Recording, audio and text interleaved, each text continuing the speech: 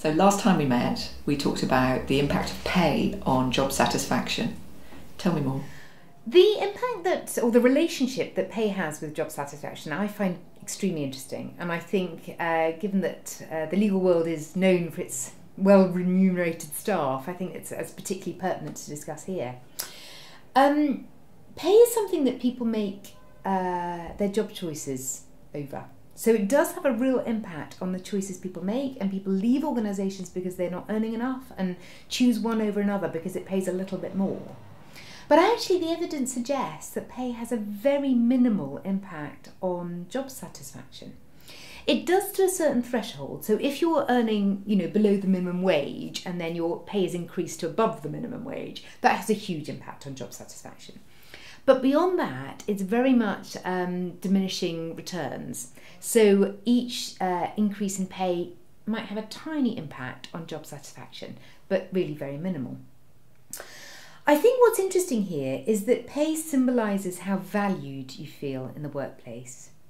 So people leave organisations because they're not given a pay rise, not because they don't have enough money, but because it's a symbol that they don't feel valued by the organisation. So one very interesting route that law firms could go down is trying to think of other ways to make the lawyers feel valued in that particular organisation. We talked in the earlier podcast about the different factors that do increase job satisfaction. So for example, giving lawyers more control might be the kind of thing that makes the lawyers feel more valued as professionals, and that might have a much greater impact on their job satisfaction than a pay increase. More money does have an impact on life satisfaction, not a huge impact, but it does mean that you can, have more fun at the weekends. But there's another interesting finding in the literature, which is that increase of pay doesn't even have an impact, or not very much of an impact, on your pay satisfaction. So your pay satisfaction is how happy you are with the amount of money that you earn. So even an increase in pay doesn't have a huge impact on how happy you are with what you earn. And that's to do with the fact that we will measure ourselves with our peer group.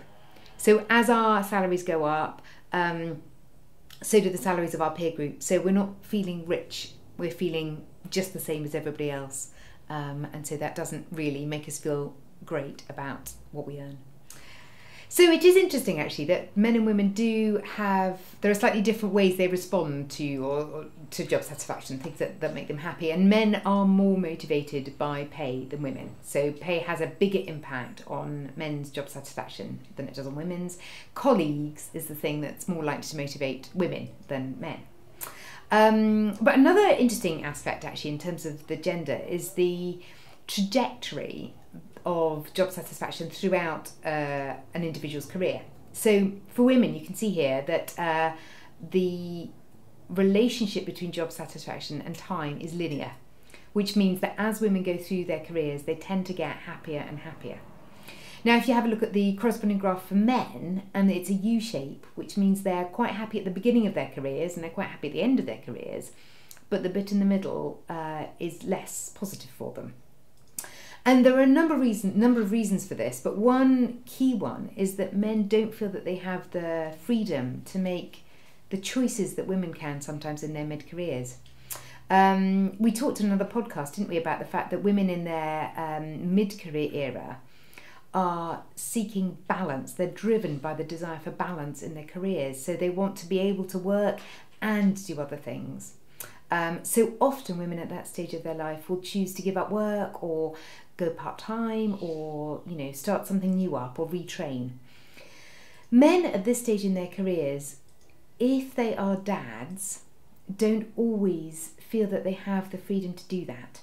There is a father as breadwinner driver, and men may well feel that in order to be a good father and a good husband and a good provider, they need to continue on the sort of more linear trajectory at work and continue to get promotions, and the option to leave their work and retrain in a different field isn't quite so easily available to them.